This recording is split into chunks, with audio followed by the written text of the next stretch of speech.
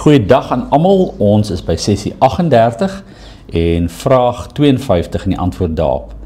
En die vraag is, hoe word jy getroos deur die wederkoms van Christus om die lewendes en die dooies te oordeel? En dan kom die antwoord van die katekismus dat ek in alle droefheid en vervolging dieselfde persoon met gespanne verwagting as regter uit die hemel verwag, wat om tevore in my plek voor die regbank van God gestel en alle vervloeking van my weggeneem het. Verder, dat hy al sy en my vyande in die ewige verdoemnis sal werp, maar my, saam met al die uitverkorenes, na hom in die hemelse blydskap en heerlikheid saamneem. Skalk, ja, so kom ons praat daar oor die wederkomst. Dit is altyd 'n baie aktuele tema, wat mense sê, dit gaan nou gebeur, en dis hoe dit gaan gebeur. En weer eens, die wederkomst laat mense 'n bietjie bang maak, maar die katekismus vertel dit vir ons om ons weer te troos. So die gedagte is nie dat hierdie ding ons moet bang maak nie, dat hierdie ding ons moet laat voorspel nie, maar dat ons moet troos. Maar kom ons gesels daaroor. Ja, jy is heeltemal reg. Kyk, die katekismus wil ons nou van die begin af en dwarsdeur tot op die einde die hele tyd vir ons vertel dat ons behoort aan die Here Jesus.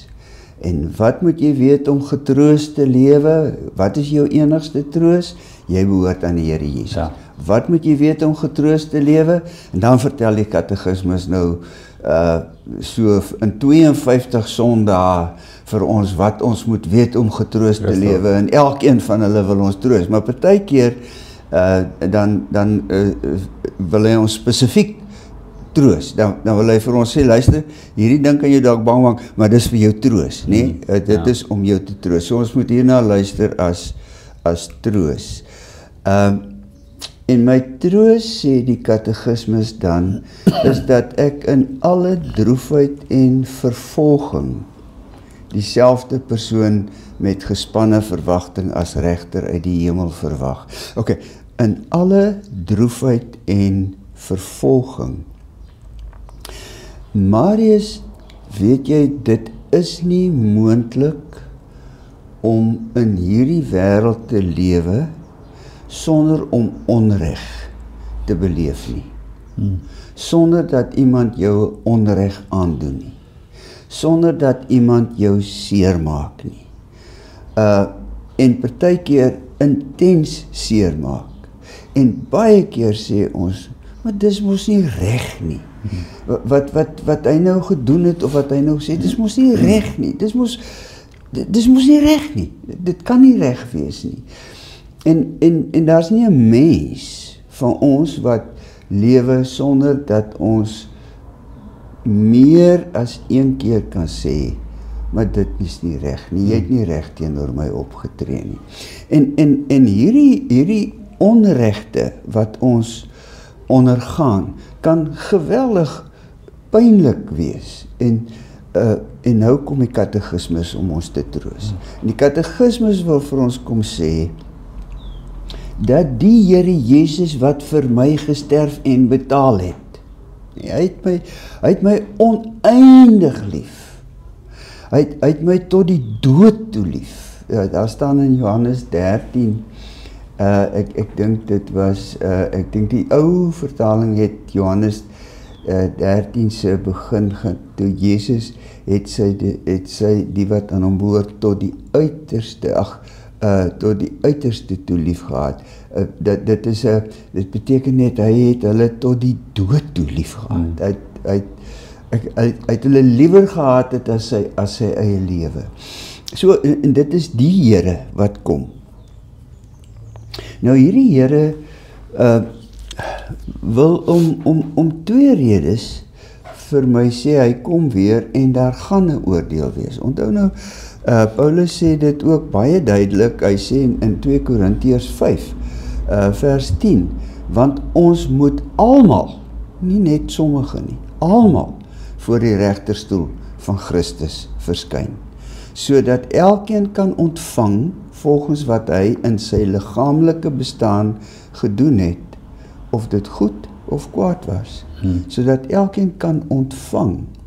Een van die goed wat voor ons oor die kwaad kom, een van die wonderbare goed wat in die Nuwe Testament staan, maar wat ons meestal ignoreer, want ons is so bang vir werkgeregtigheid en werkheiligheid, is die woordjie loon. Groot sal julle loon wees, sê die Here Jesus by meer as een geleentheid. Daar is 'n beloning vir die wat hom dien. Ja. Kan ek vir jou 'n vraag vra, net gou, net weer, ons het daaroor gepraat, die sterwe van Jesus.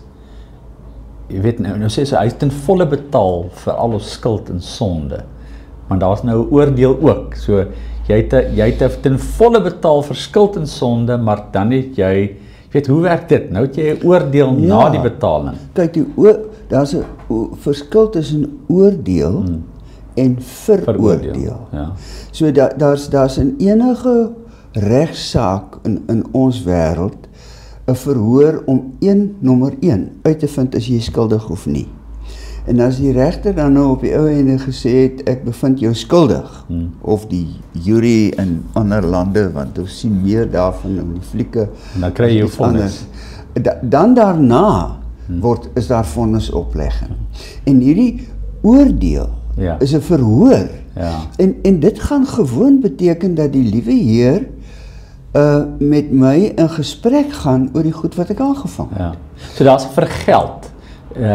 Nie dat ons vergeld nie, maar God laat nie net alles, jy weet, ongestraf bly nie. Hy sien dit nie deur die vingers. Kyk, daar's mos 'n Afrikaanse uitdrukking van iets deur die vingers sien. Ja. Nou as jy iets deur die vingers sien, sien jy dit nie, want jy hou jou vingers voor jou oë. Ja. As jy hulle styf vasknyp, dan kan jy sien so vaag weg 'n liggie deurskyn tussen die vingers, maar jy sien nie eintlik wat aangaan nie. Hy sien dit nie deur die vingers nie. Ja. Hy sien dit werklik.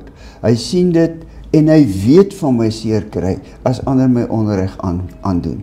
En hy weet van ander se seer kry as ek hulle onreg aandoen. En op die ou einde is daar 'n kwessie van dat die genadigste ding wat die liewe Heer met my kan doen, is om te sê, kom ons praat hieroor. Jy het dit en dit en dit gedoen en jy dra dit in jou gemoed deur. Ons het nou, ek het 'n aanlyn Bybelstudiegroep en een van die mans het nou die dag iets wat in die weermag wat 'n verskriklike ding en hy het weggekom daarmee. Maar weet jy, hy het dit gedra in sy lewe tot hier toe en hy het nou die dag in trane uitgebars en dit teenoor ons groepie bely. En hy het en die verligting, die wonderbare ding wat met hom gebeur het daarna, toe ons almal vir ons sê ons is lief vir hom en die Here vergewe hom en hy het daai vergifnis vir hom vir die eerste keer, hy het nog altyd aan die Here Jesus behoort, maar vir daai vergifnis vir homself so, toe. Dit help ons ook as ons praat oor die wederkoms om halfgetroos te lewe in die gedagte van skuldbelydenis en vergifnis ook weer. Dis nie net 'n eendag ding nie. Dis die vrede is, my hand is in die Here wat regverdig is. Maar, jy weet, die vrees vir, mag ek dan veroordeel of geoordeel word, dan hoor jy, maar bely jou skuld, wat jou hede betref, jy weet, dit word betaal vir jou. So dit is nie 'n gespanne wag, né? Om te sê. Ja, ek bedoel, daar is 'n bietjie, kyk, Paulus wil vir ons sê, moenie maak asof dit niks is nie.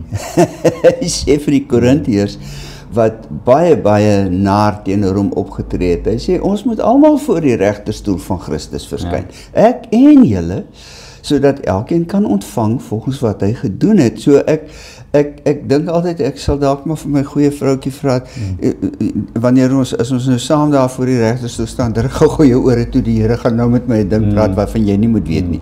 Maar maar daar is 'n bevryding in die feit dat alles op die lap kom. Alles.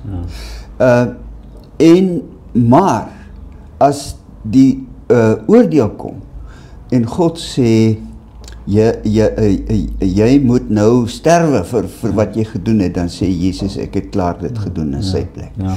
Ek is gered, dis my verlosser wat kom, dis my verlosser wat met my in gesprek gaan, dis die een wat my oneindig lief het, en hierdie oneindige liefde maak dat daar tog 'n gesprek moet wees. Ek moes al met my kinders en jy met jou, né? Ook gaan sit en sê, kom ons praat hieroor. Wat jy hier gedoen het was verkeerd. Jy weet ek het jou lief. Ja, ek dink die klem ook is dis 'n klem op 'n God wat wil kom heel maak en reg maak. Ja. Die hele tyd. Hy sê kom na my toe almal wat moeg is. En dan kry hulle jammer oor die lyding wat ander moet verduur. Jy weet so, dis en ek besef net skalk of jy ek dink ons angstigheid en ek dink ook vandag se wederkomsverwagtinge word gewek uit ons angstigheid van die onreg waarin ons leef en dat ons goed soek, maar weer eens hierdie goed kan hoe ons dit uitwerk verder is ondenkbaar, ons weet nie. Ons het geen benul nie. Behalwe die benul wat ons het is God gee om. God is regverdig. Kyk, daar was ekskuus, ek val jou in die rede. Nee, praat maar. Nee, dis nee. Nee, ek dink net weer, ek wil probeer, jy weet, hierdie goed begin mense oordink en dan begin jou gedagtes in allerlei gange afgaan. Ja. En dis van die goed wat ook vir ons 'n stuk misterie is, maar God se sorg en omgee is nie misterie nie en God se regmaak en heel maak. Daaroor moet ons nie wonder nie. Daaroor moet ons nie wonder. Kyk, daar's 'n interessante Duitse filosoof, teoloog, Schiller, wat geglo het dat die oordeel gebeur nie aan die einde van die geskiedenis nie, maar in die geskiedenis. As jy kyk vir Hitler, kyk wat was sy einde. Ja.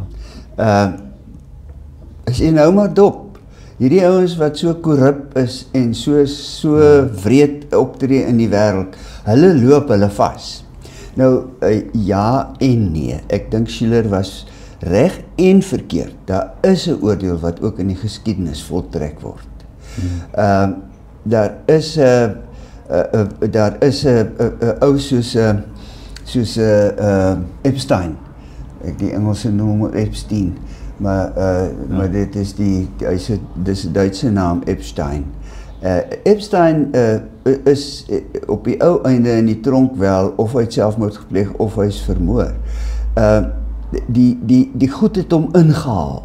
En goed haal jou partykeer in hierdie lewe in. Maar daar's goed wat jou nooit inhaal nie. Daar's goed wat altyd verborge bly. En Paulus wil net sê, die verborge gedagtes van my hart, die goed waarvan niemand weet nie, dit gaan ook uitkom. Dit gaan uitkom voor die Here. Maar dit help ons net. Dit help ons om eerlike lewens te leef. En nugtere lewens te leef. Ek dink weer skalk aan die hele ding van bely, né? Ek weet jy kom nooit op 'n plek wat jy perfek is nie. So jy weet, mense wat nou inluister, altyd die vrees van, maar wie nou gaan ek aan bo kom, maar dan jy weet dan, jy weet, en dis nie die gedagte vir dit nie. Ek dink die vryspraak hierin lê in om oop lewens te kan leef, om soos asemhaal jou skuld te kan bely en vergifnis te kan aanvaar en kan reg en te kan groei. So jy weet, ons is as ons ou dae kom, is ons sag gemaak deur die lewe en eintlik baie broos. En dit hoort eintlik so, né? Dit is hoe kom jy nader aan God? Jy word al hoe broser. So dit is vir my net 'n troos. Dit is 'n geweldige groot troos en net die laaste woordjie wat ek wil sê is dis hoekom Paulus ook kan sê moenie julleself wreek nie, geliefdes. Laat dit aan die God oordeel toe. Moenie vir jouself so verknies oor ons korrupte regering nie. Laat dit aan God oor.